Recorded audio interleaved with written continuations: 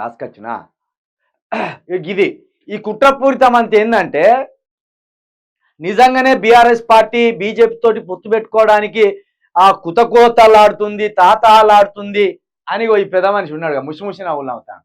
చంద్రబాబు నాయుడుకి అత్యంత సన్నిహితుడు, ఓ విధంగా శిష్యుడే. ఆయన ముఖ్యమంత్రి కావడంలో ఈయన పేపర్ కూడా ప్రముఖ పాత్ర పోషించింది. ఆ కాలంలో బీఆర్ఎస్ ఉంటేనే బీఆర్ఎస్తో పొత్తు పెట్టుకోకూడదని బీజేపీ అగ్రనాయకత్వం నిర్ణయానికి వచ్చింది. లోక్సభ ఎన్నికలలో వాతావరణం తమకు అనుకూలంగా ఉందని బీజేపీ నాయకులు నమ్ముతున్నారు.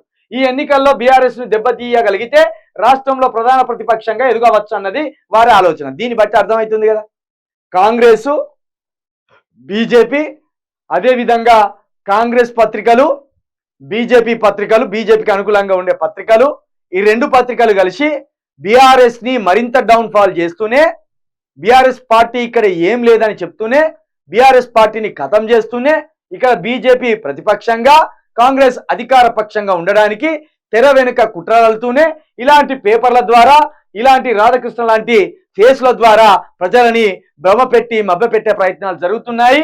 లోక్సభ ఎన్నికల్లో తెలంగాణ ప్రజలు గనక కాంగ్రెస్ పార్టీ మాయల్లో, బీజేపీ పార్టీ మాయల్లో, లేకపోతే ఆంధ్రజ్యోతి పేపర్ మాయల్లో, లేకపోతే చీకటి వెలుగు పేపరు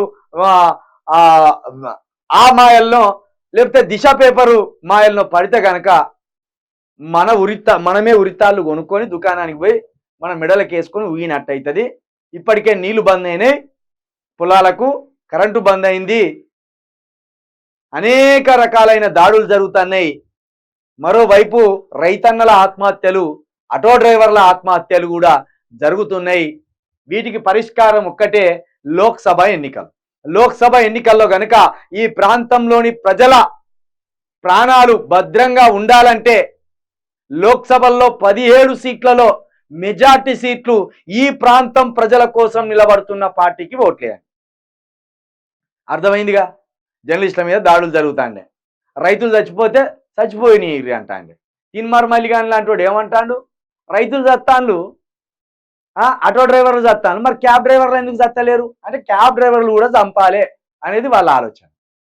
ఇక ఇప్పుడు ఈయన ఓ పేపర్ అని పెట్టుకొని ఏం చెప్తాడు, ఇక బీఆర్ఎస్ పని లేదు ఇక్కడ, బీజేపీ కాంగ్రెస్ ఉన్నదని నేనే చెప్పుకొస్తాను. కాబట్టి ఈ భ్రమంలో పడొద్దు ప్రజలు, దయచేసి ఈ కుట్రలను గమనించాలని మరొకసారి మీ అందరికీ విజ్ఞప్తి చేస్తున్నా. ఇక ఇలా కొత్త వార్తలు ఏం లేవు, అన్ని పాత వార్తలే. ఇక